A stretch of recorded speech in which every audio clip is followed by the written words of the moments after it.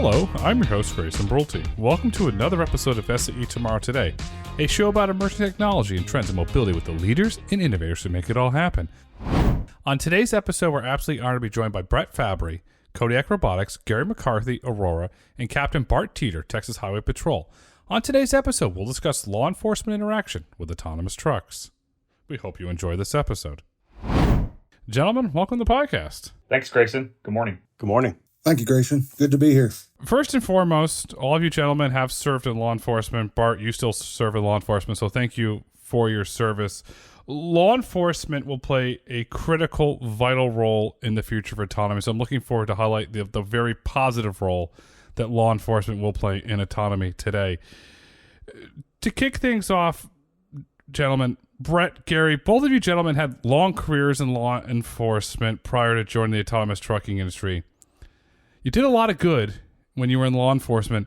Why did you decide to join the autonomous trucking industry? Did you see something when you were in law enforcement intrigued? You said, there's an opportunity to save lives here. There's an opportunity to do something. Gary, we'll start with you, please. Thank you again for having me today. When I was in law enforcement before I retired, I became involved with autonomous vehicles in the state of Arizona.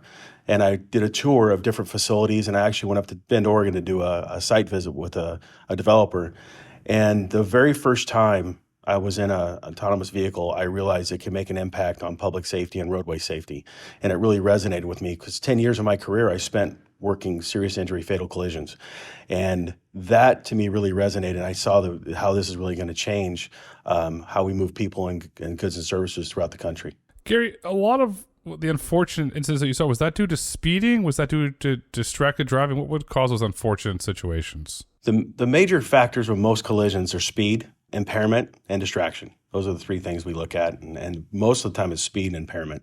Brett, you were over in California. I live there. People know two things in California for speed: fast and faster. That is sometimes true about California.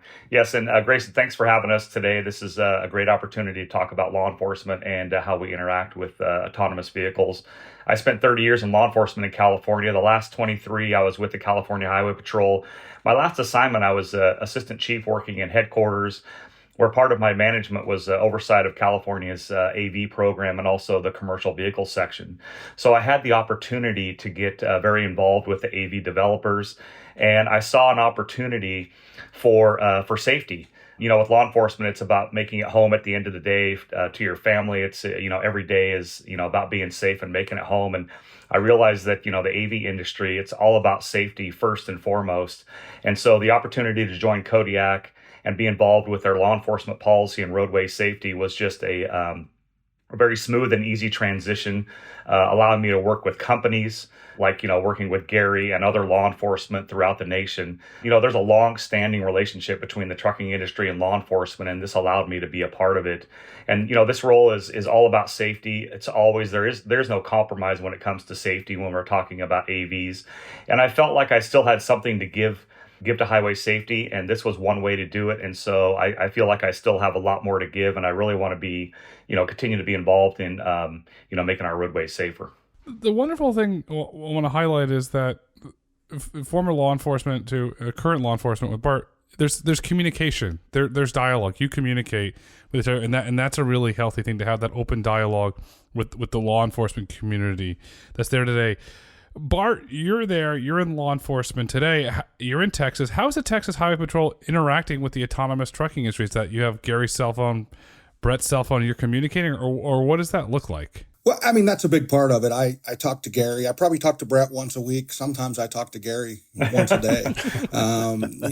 It seems, we had a couple. We had a couple conversations yesterday. So that's certainly a big part of it. But, when you talk about Texas Highway Patrol interacting with autonomous vehicles, that starts, I think, with our folks on that, particularly right now, our I-45 corridor, our inspection stations, our weigh stations there, where Kodiak and Aurora automated trucks are traveling through there, and they're dealing with them and seeing them every day. So it starts at the ground level. Then, of course, my involvement with all the companies, but also, Texas Highway Patrol has been a member of the Texas Connected and Automated Vehicle Task Force since its inception. Our work at the Commercial Vehicle Safety Alliance has brought us in contact with more and more of the AV companies. So we're kind of plugged in, I think, at every level. And, again, to your point, talking every day, but working every day on the front lines to ensure that safety as well. How are the men and women of the Texas Highway Patrol interacting with the trucks since they are actively going Dallas to Houston on a regular basis? What type of interaction is there? Are they notified when the trucks are on the road, or how are they interacting? So the answer now is probably yes, they are notified, but it's not a direct, email or text message. And I believe we'll probably delve into this a little bit in a while, but through the CVSA, Commercial Vehicle Safety Alliance, enhanced pre-trip inspection, that gets uploaded into systems that they have, and they would be aware as the vehicle approaches that there is an AV coming that has been subject to the enhanced pre-trip inspection, and will likely get a bypass from the weigh station because no one is doing driver out operations yet. Neither Kodiak nor Aurora or anybody else in Texas has removed the driver from a commercial vehicle. These trucks were pulling through our weigh stations, and our enforcement personnel on the front line, we're seeing them getting to talk to the safety drivers or the right seat engineer, and getting to ask questions, getting to see the technology kind of in action as it came through. So that's kind of been their interaction to this point with the automated trucks. Gary, is one of the key things, and Bart kind of alluded to, is it trust between the AV developers and law enforcement? Is that one of the keys to developing and scaling your commercial operations, is that trust? It absolutely is. And the part of that really comes with that is getting out there with boots on the ground, like Bart said, and going to the weigh stations and going and having meetings. I took the approach when I first started 4 years ago in this world that law enforcement, public safety is usually the last to know something's coming. It's going to impact their resources, both human resources and fiscally. So how is it going to interact? How are they going to deal with it? And the unknown is always the question. So what I've done is I've actually gone across, not just in Texas, but 17 different states throughout the country, and just started talking to people, having conversations well in advance. And what I've learned is information is power. And I just don't do state agencies. I do local and federal. I actually worked with Border Patrol as well on a checkpoint outside of El Paso.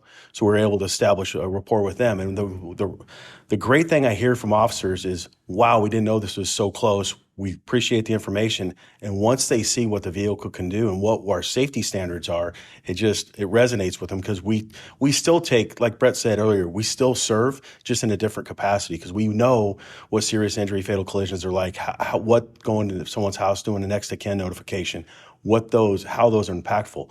So by doing that and building the trust it's paramount. And the other thing to that too is one of the officers I talked to, he was a 32-year vet, and he said this stuff's just hocus pocus to him. By the end of our session, our meeting, he said, I'd put my family in one of these cars. That really, it gave me a sign of approval that we're doing the right thing by getting out there and talking to people boots on the ground. I can add to that is that, trust is built over time, and, we can't, build trust last week and, start operating trucks the following week. It starts with relationships and transparency and working together. We've invited numerous law enforcement personnel to our facilities in both Texas and California to have them get out and kick the tires and see how our operations operate. Gary and I, we talk about cops are the most skeptical people in the world, but that's why they're good cops. So, spending a lot of time building relationships with them has been the key. When Gary and I, when we show up at a CVSA training conference, which is mostly law enforcement and inspectors, people know who we are. They come up and they ask us questions, and they want to know where we are in our operations. How are we doing? And that's just Gary and I being available. Every state that we have operated in, we have done a visit to those states to ensure that they are aware that we are, obviously we have a driver in the seat now, but that eventually we won't. And so we want to make sure that every state and jurisdiction that we may pass through, that they're aware of what we're doing. We don't want them to be blindsided. That just builds an unhealthy relationship if that happens. I see a lot of mutual benefit to to build public safety here, and this is hypothetical, but Brett, I'll start with you as I love your opinion. Your autonomous trucks have cameras on them. They have sensors on them. Individuals and law enforcement that work for BART and various other agencies, they put silver alerts, stolen car, kidnapping up on the roads to notify motorists. Could you potentially share some of that camera data with law enforcement when you say, hey, we spotted the truck, it's here, and then they can go do the best thing that police officers and law enforcement do to solve the problem? Yeah, that's a conversation that's always ongoing with law enforcement, and this is the question that's asked of them all the time. That they ask of us is that all of our trucks, are equipped with a suite of cameras, LiDAR and radar. And, that camera system is likely to capture crimes that have occurred. We'll work with law enforcement to ensure they get the information that they need.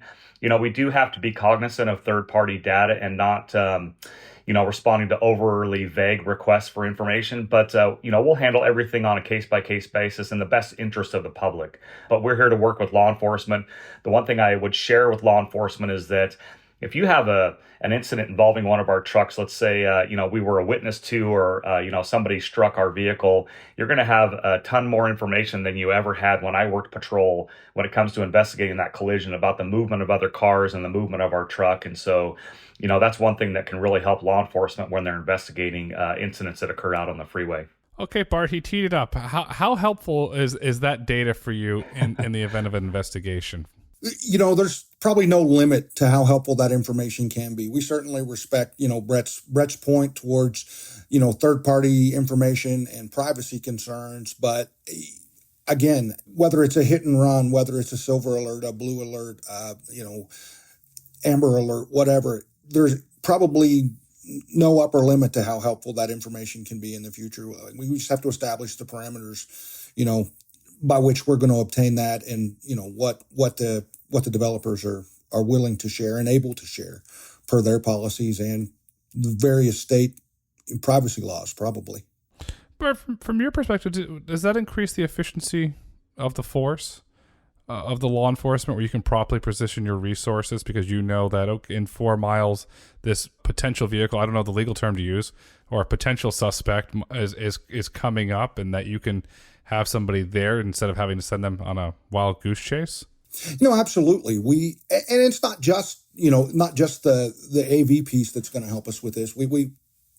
We're heavily invested in automatic license plate readers and other technology that goes along with that to do just that, to create those alerts, to create those efficiencies. It's no secret that it's hard to hire folks into my profession right now, harder than it's ever been.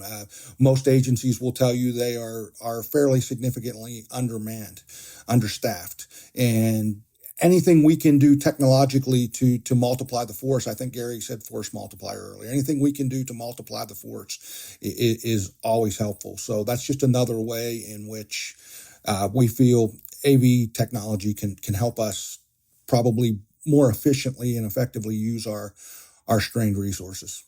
Gary, AV technology will help law enforcement, but it's also going to help the public, because Bart or one of his colleagues is not going to have to make that unfortunate phone call if there's a crash on the highway. Driving on the highways of America are dangerous.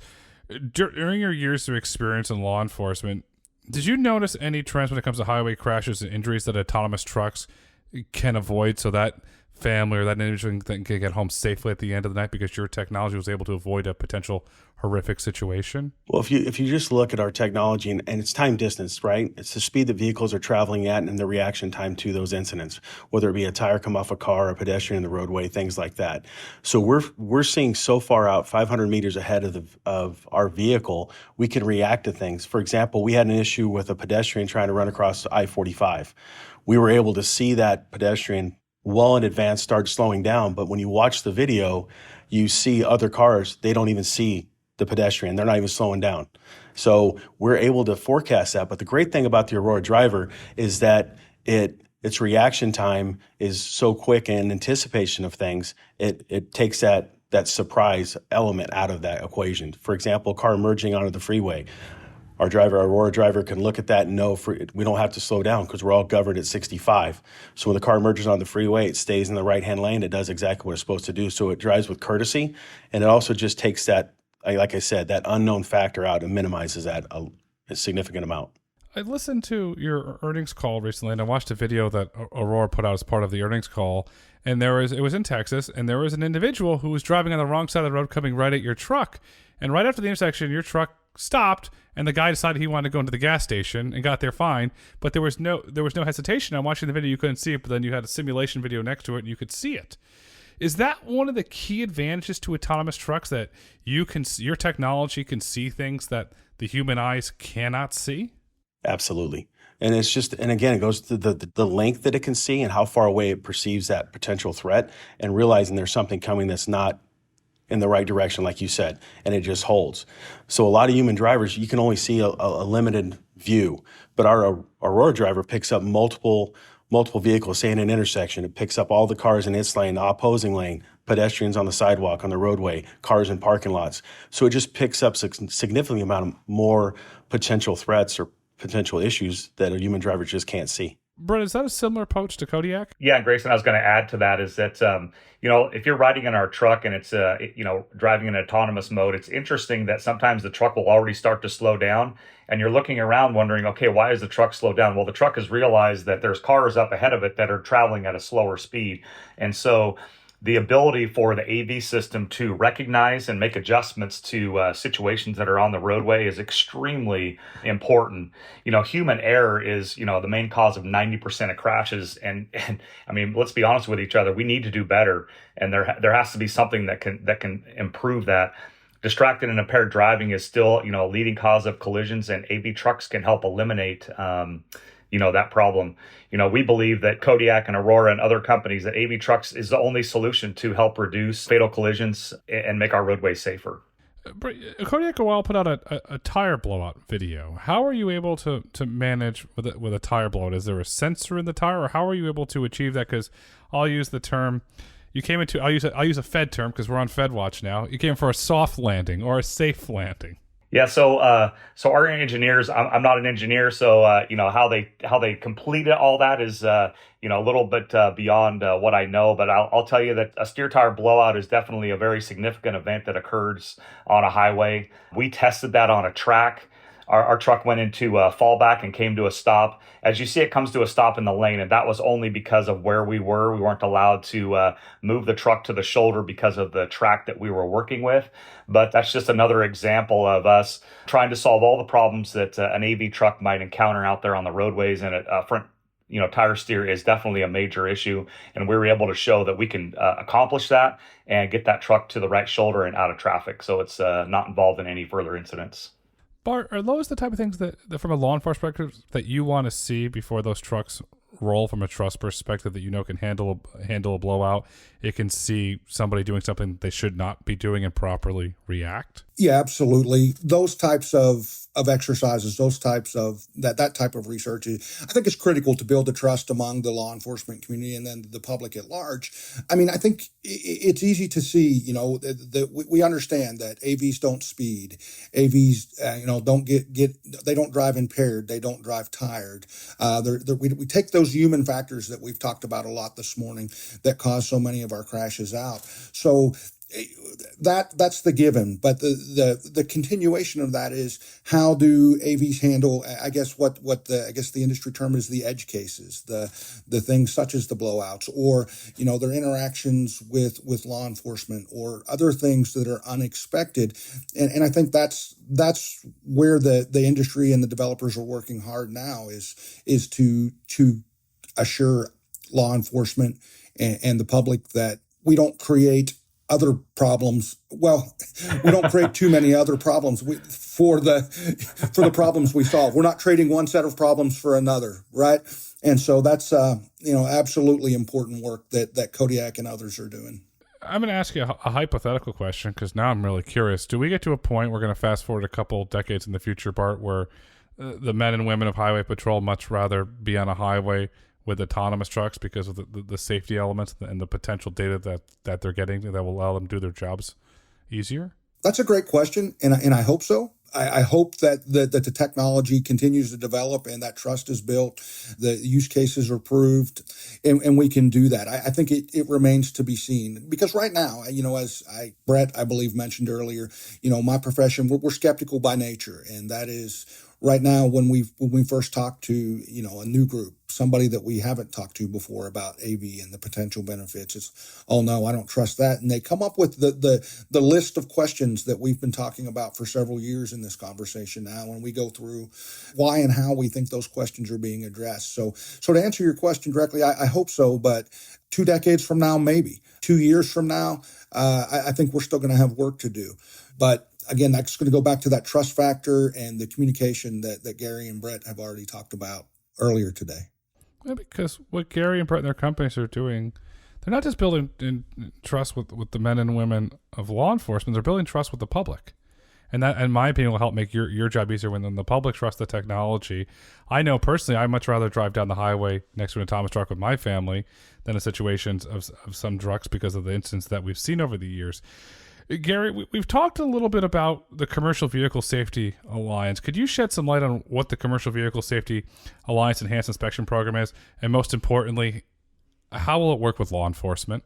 The Enhanced Pre-Trip Inspection, EPTI, was developed and approved with industry, AV developers, and law enforcement. So we worked over the last 4 years, and we, as a group, the CVSA subcommittee with the EIM approved. It was actually passed by the board last September of 22. So what that'll do is ensure the officers that are in like Bart's group, that we're inspecting the vehicles at a high standard, making sure they're road safe, and then sharing that data with law enforcement before our truck even gets to their weigh stations or ports of entry. So we share that data, the weight of the vehicle, who inspected it, and the certified inspector who inspected the vehicle. And then that way, that data exchange, we've never seen in law enforcement. The three of us talk about it all the time. That's something that doesn't occur today. So they have full transparency on what we're sending down the road, who inspected it, how much it weighs, all the important information they get through their scale houses, their ports of entry. And that level of transparency is what's really building credibility with us in law enforcement, especially in Texas where we're testing right now. Brett, how's Kodiak preparing for the Enhanced Inspection Program? Yeah, we were involved in the development of that program, just like other industry partners and law enforcement and regulators. We have CVSA trained personnel do those inspections. We've been doing those inspections for about 8+ months now. We've shared this with our partners for future operations, and so we do this inspection. The truck departs. It's a no defect inspection, meaning that truck can't leave the truck port unless it has 0 defects. And then we've worked with Texas DPS and DriveWise for a pilot program, and Aurora is doing it as well, where we're starting to bring officers on board to show them how this new enhanced inspection process works, training them on that process, so that data transfer is something that occurs before we reach that inspection facility. Like Gary said, letting them know that when that truck was inspected, who inspected it, and providing them with that critical data. We right now have had a 98% bypass rate, and it all comes down to the relationship that we have with DriveWise and Texas DPS in order to kick off this program to really pressure test this EPTI system and see how that's going to work in the future when eventually there is not a driver in the cab. Inspections of roadside inspections of trucks always requires a driver to do some parts of the inspection. And so we had to develop a program that didn't involve the driver. And this is the program we developed. When we tell law enforcement that don't know about this program, that, hey, we're inspecting this truck up to every 24 hours, and this is how we're inspecting the truck, they're very impressed with the success of that program. And so, we look forward to, rolling this out in other states and using Texas's, program as an example. Bart, was the Texas Highway Patrol involved with the drafting of this program? We were, and that's due to our involvement in CVSA. We were involved in those discussions, and ultimately, when it went to board for approval, I actually took it to the board as the chairman of the committee within CVSA that is responsible for that work with our CVSA partners. So yes, we were. And then now with, as Brett and Gary maybe both mentioned, we have kind of this pilot program going on in Texas where we're, as Brett said it best, pressure testing this with drivers in. So this is happening at our weigh stations through our partnership with Aurora, Kodiak, and DriveWise to make sure that this is a viable process for the time when drivers are no longer in the vehicles. I'm thinking a lot from a listener's perspective, Bart. Was this very similar to when they're going on a commercial aircraft, the pilot gets around, looks at the wings, looks at the plane, does a pre-flight inspection. Is this something that they can very similar? I know it's different, but could the listeners relate to it in that sense? I think so. I mean, this is a very comprehensive inspection. This was built on Canadian and U.S. inspection standards that we use in enforcement when we stop a commercial truck for inspection,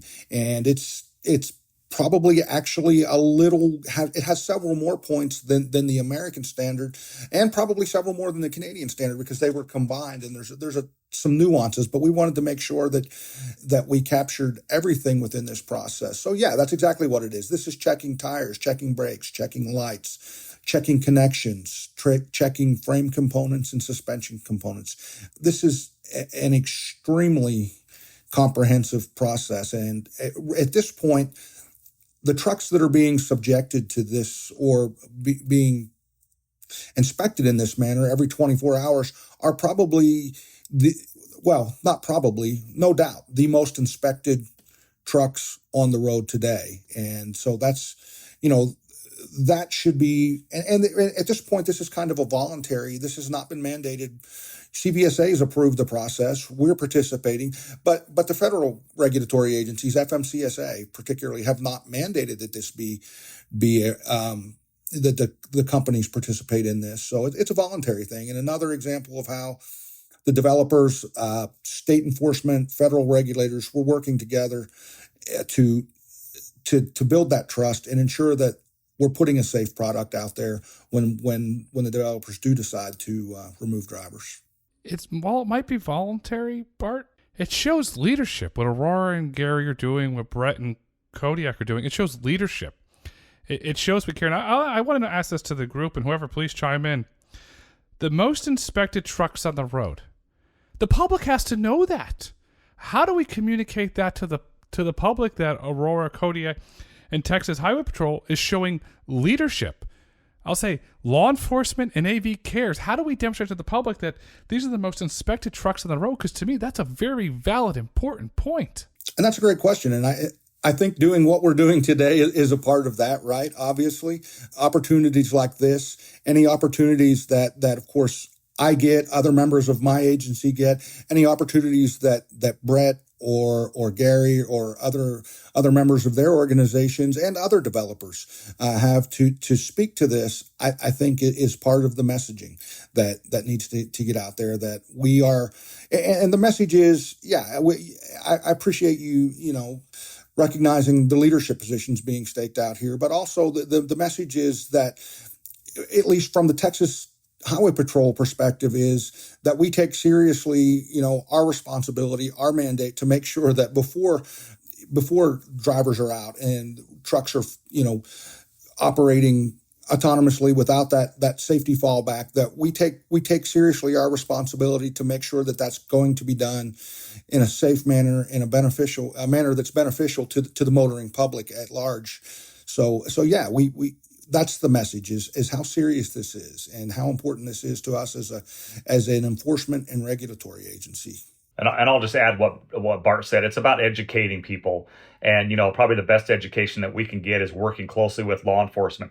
Everybody in the nation knows somebody in law enforcement and has spoken with them. And so the more law enforcement that we can talk to, the more we can get that message out there about how safe these trucks are out on the roadways, and using law enforcement to help do that. So I think that's really part of the key. But education is the biggest thing. Anytime we can educate people on what we're doing and why we're ensuring that this is the safest, vehicles on the roadway, we'll take advantage of that opportunity.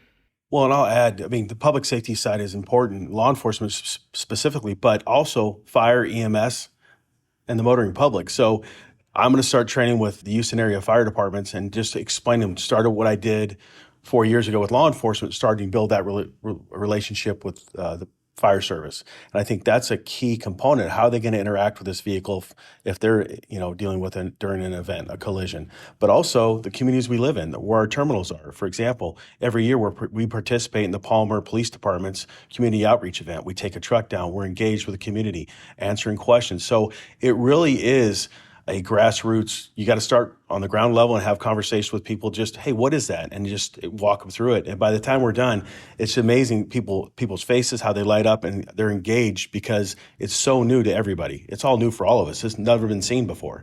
So it really creates a conversation, and they can go back and tell people, hey, I've talked to Gary with Aurora or Brett from Kodiak, and this is what they're doing, and it's incredible. And then they watch our videos and things like that on YouTube. So what we're doing here in the podcast is really a catalyst to make this successful moving forward. Bart, I got to be a little kid because I'm a little kid at heart, and I remember men and women of law enforcement would come to school, and you got to hit the button and make the sounds go, and you got to do all these fun things, and they taught you about what a police officer does.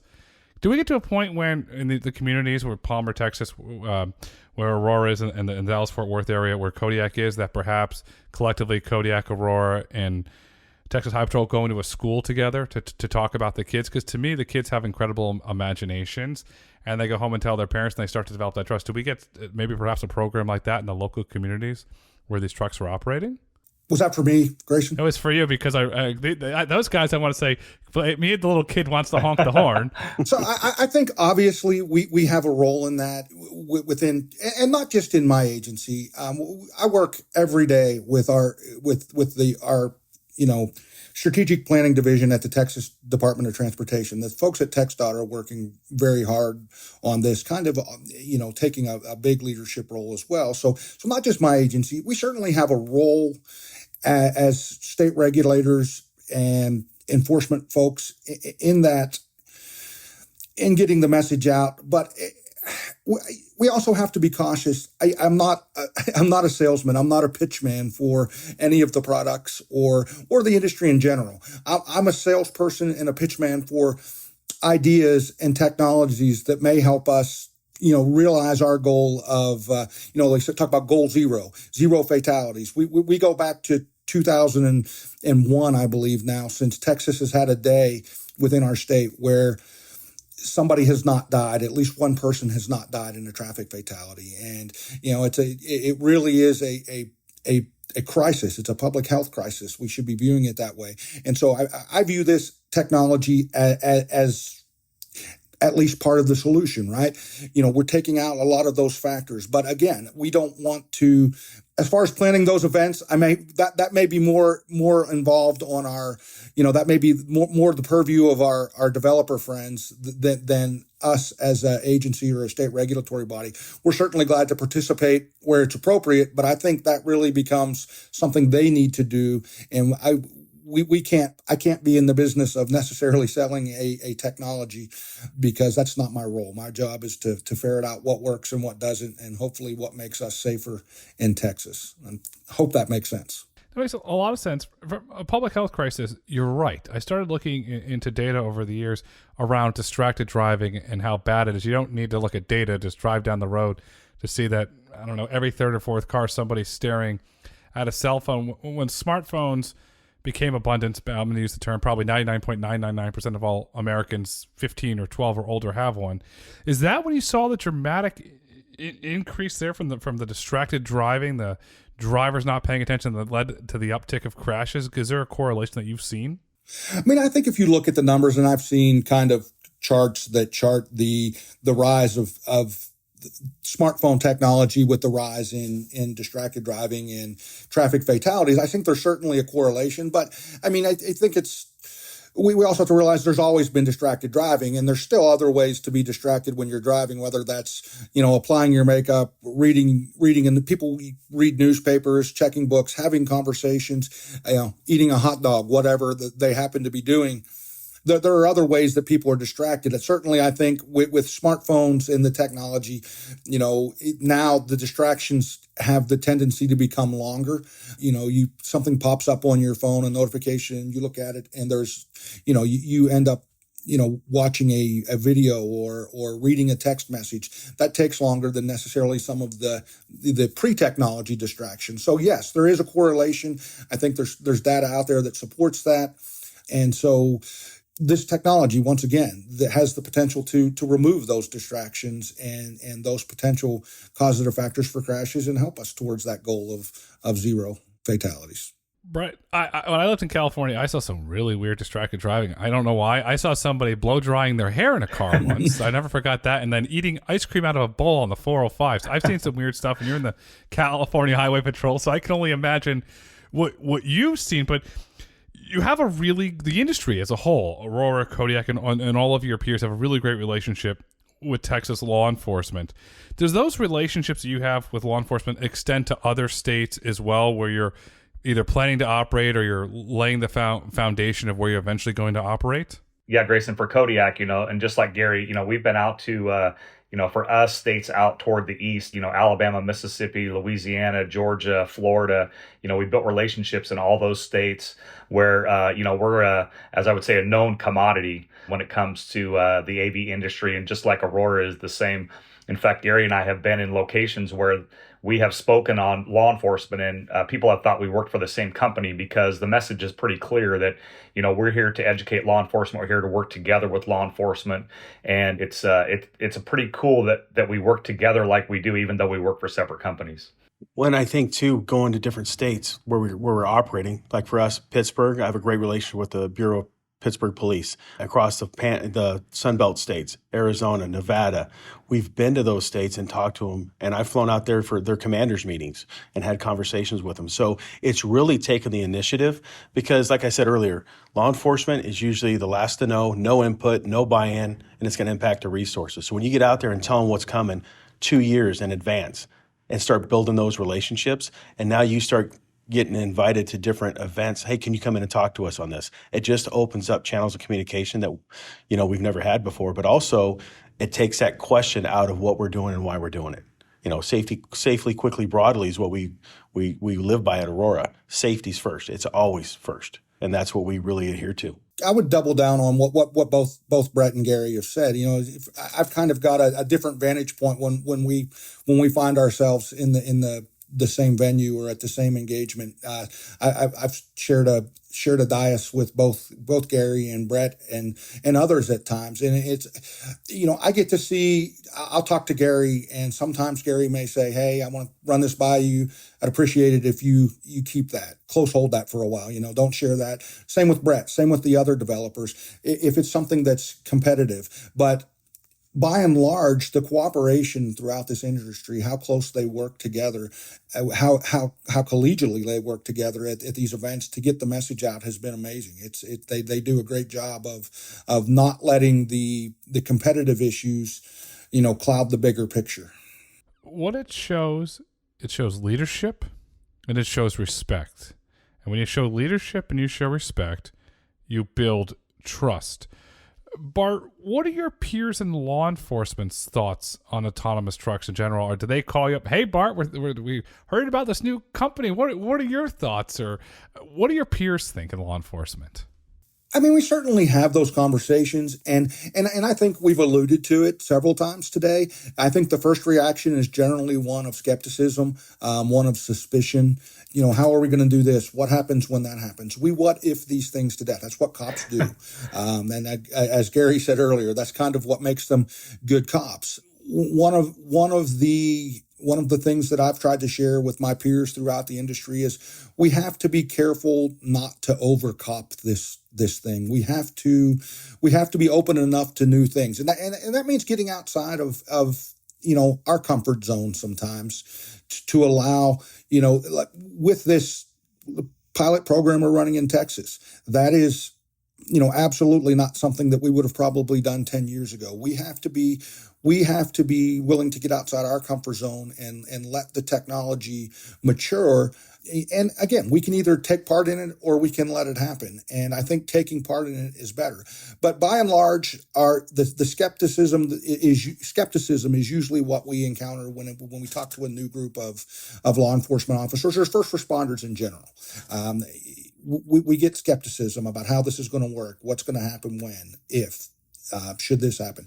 But as we talk to them and we walk them through that, and the biggest thing is if we can get them in an AV, that they can see how it works. They suddenly see the potential that the technology has to help us with, again, what I referred to earlier as a public health crisis. I mean, everybody knows the numbers out there all the time. 42,000 a year that we kill on our public highways. We take an outsized share of that number here in Texas. So as they see the potential, they start to understand. That skepticism remains, and it should remain until the technology is proven, and that other members of the law enforcement community get to see the transparency that I've seen over the past few years with the developers and the work that they're doing with us to make this successful. The common denominator with the trucking industry, there's leadership, there's respect, and there's transparency. Because no matter what level you're at in Aurora, no matter what level you're at Kodiak, everybody's held accountable, and they're all transparent, and that helps build the trust with law enforcement and helps build the trust with public. Gentlemen, this has been absolutely fantastic. As we look to wrap up this insightful conversation, what would you like our listeners to take away with them today? Brett, we'll start with you today, sir, please. I'll just tell you, the bottom line, it's all about safety. We wouldn't be doing what we were doing as former law enforcement professionals, supporting this industry. We just wouldn't do that if it wasn't safe. I would encourage anybody to go out, explore and research AV technology, see for yourself how this is going to transform the transportation agency. The transportation system that we have in the United States. And I just think that you need to take a look at it. Go to our website, Kodiak.ai, go to Aurora's, go to other locations and read about the technology. And I think you'll be amazed at what this is going to do to change our highways. It's going to transform our highways in a positive way. Gary, your closing thoughts, please? I'm just going to piggyback on what Brett said. It comes down to safety, but also the research people do on their own. Don't just listen to what people are telling you. Get out and research, find out what we're doing, find out what Texas DPS is doing. There's videos on YouTube. We all post them up there because we want people to see it, be aware. How do you talk to everybody in the country about what we're doing? You got to get it out there and let them see for themselves. But also, when you look back at, they try to compartmentalize, this is how it's always been done. But the fact is, no one's ever done what we're doing right now. It's all new. So look at it from a different lens, try to see it from a different angle, but also think about your families out there on the road. You won't have the distracted drivers, the drunk drivers, the dumb drivers, and the drowsy drivers. Things are going to change, and it's going to help move goods and services throughout the country. And when it moves goods and services, because of this nasty thing called inflation, the costs will be lower, the consumer will benefit. Bart, your closing remarks, please. I guess the takeaway I would like folks to have from my perspective is that the interest, just to echo what Gary and Brett said, the interest that the Texas Highway Patrol has in this technology is what it can bring to traffic and highway safety. And as long as we feel that continuing to engage and continuing to work with the developers has the potential to decrease those knocks on the door that someone's loved one has been killed in a traffic crash, we're going to continue to do that. But also assure the public, again, that we're not here as a cheerleader. We're here as a regulatory and enforcement body. And if there are red flags to be raised or there are concerns to be voiced, we certainly are going to do that. But again, as long as we see potential in the improvement of our highway safety, reduction in our crashes, reduction in our injuries, reduction in our fatalities, we're going to continue to do our part to support the development and expansion of this technology. Autonomous trucks will make the roadways safer. Autonomous trucks will eliminate that unfortunate phone call that happens all too often. Today is tomorrow. Tomorrow is today. The future is trust and transparency with law enforcement. Brett, Gary, Bart, thank you so much for coming on SAE Tomorrow Today. Thank you for having me. Thanks, Grayson. Thanks, Grayson. Thank you for listening to SAE Tomorrow Today. If you've enjoyed this episode and would like to hear more, please kindly rate, review, and let us know what topics you'd like for us to explore next. Be sure to join us next week as we speak with John Hollowell about EPRI's research work and important revisions he's leading for the SAE J1772 standard.